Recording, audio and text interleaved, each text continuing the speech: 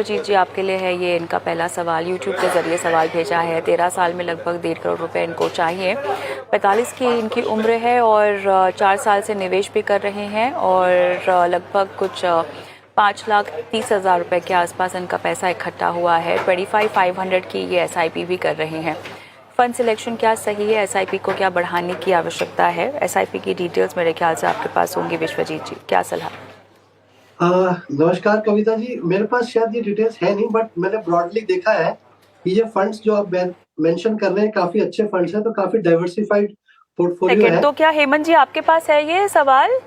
हेमंत जी आपके पास है ये सवाल? आप अगर है तो आप जवाब दे सकते हैं। सचिन का बोल रहे हैं हम। सचिन सावंत। सचिन सावंत जी सर, आपके पास है ना? हाँ जी, हाँ जी, या हाँ, आप ले लीजिए सर। सॉरी विश्वजीत जी, सॉरी। हेमंत जी आप ले लीजिए। देखिए कविता, आई थिंक इनकी जो टोटल टाइम होराइजन है वो करीब 17 ईयर्स का है। 4 साल से ये ऑलरेडी इन्वेस्ट कर रहे हैं और करीब 13 साल तक और इन्वेस्ट कर सकते हैं। इनकी जो करंट SIP है वो 25,500 की है। और जो इन्होंने कॉर्पस अभी तक एक्यूमुलेट किया वो करीब 5,30,000 का है। तो आई थिंक अगर ये इनका जो टारगेट है 1.5 करोड़ का, अगर ये अपना प्रोसेस अनइंटरप्टेडली कंटिन्यू करते हैं, जो इनका टाइम होराइजन है आगे 13 साल तक, तो वो डेफिनेटली टारगेट पूरा होगा। इनफैक्ट अगर मैं 12% की एनुअलाइज रिटर्न मान के चलूं तो करीब करीब 1,60,00,000 का कॉर्पस इनके पास बनेगा। तो आई थिंक जहां तक टारगेट का सवाल है, अगर ये सिर्फ अपना प्रोसेस कंटिन्यू करते रहे तो डेफिनेटली ये अचीव कर पाएंगे। ओवरऑल मैं कहूंगा इनके पास फंड्स अच्छे हैं और एक या दो जगह थोड़ी सी कंसोलिडेशन करने की जरूरत है। अगर इनके आप पोर्टफोलियो को देखें तो इनके पास पारंपरिक फ्लेक्सी कैप है जिसमें वो 4,000 रुपए इन्वेस्ट कर रहे हैं।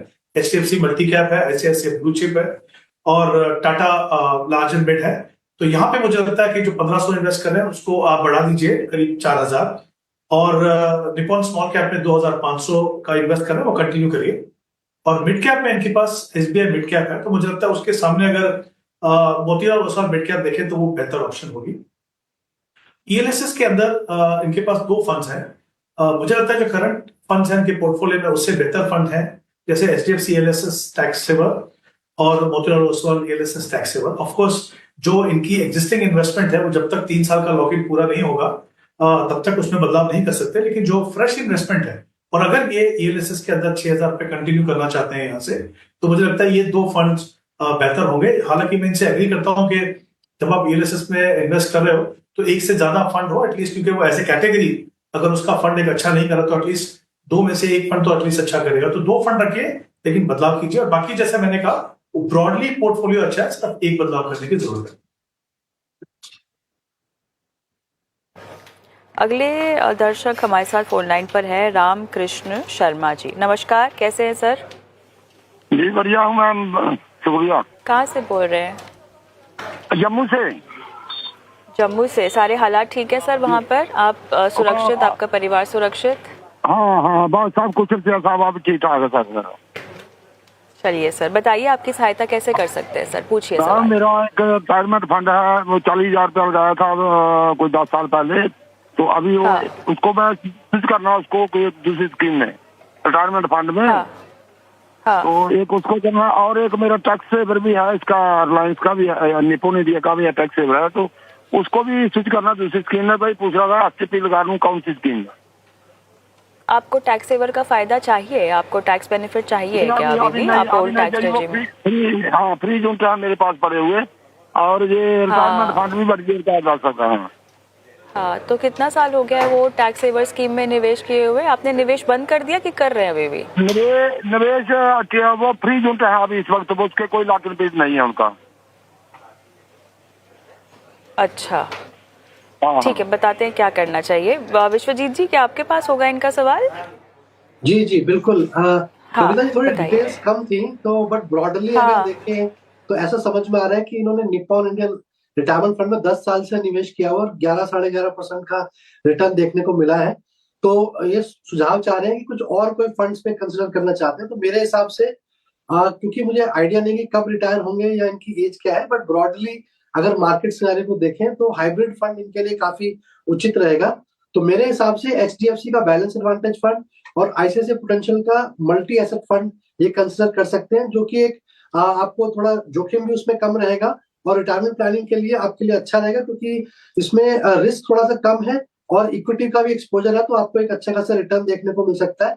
तो बैलेंस पोर्टफोलियो भी रहेगा इससे। तो ये 2 फंड्स कंसिडर कर सकते हैं राम शर्मा जी।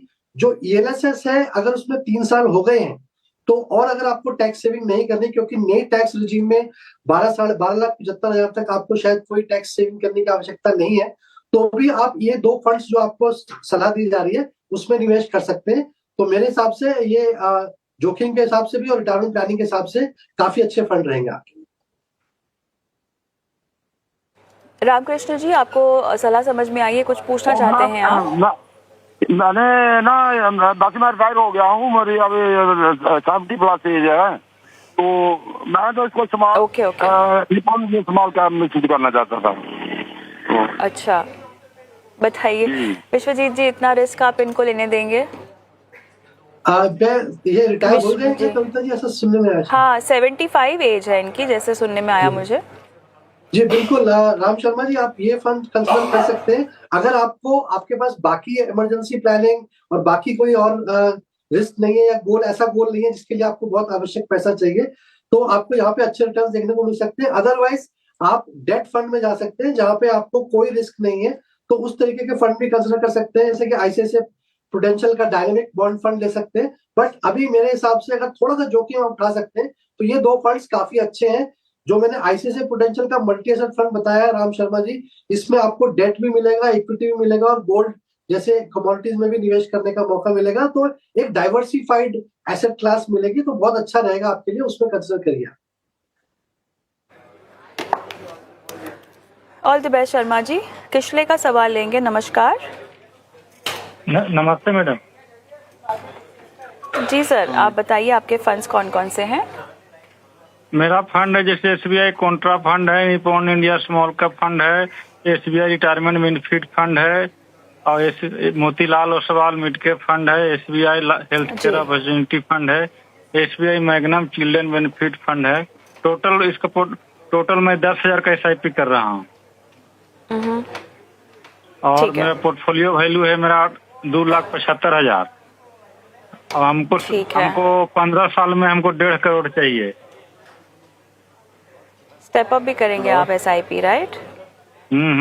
करेंगे step up. Okay, Hemant sir, आपके पास होगा इनका सवाल? हाँ, यस कविता, यस। 2-3 इंपॉर्टेंट चीजें, जैसे उन्होंने कहा कि 15 साल का समय है इनके पास और अभी तक जो उन्होंने एक्यूमुलेट किया कॉर्पस वो करीब 3 लाख का है, तो टारगेट है उनका 1.5 करोड़।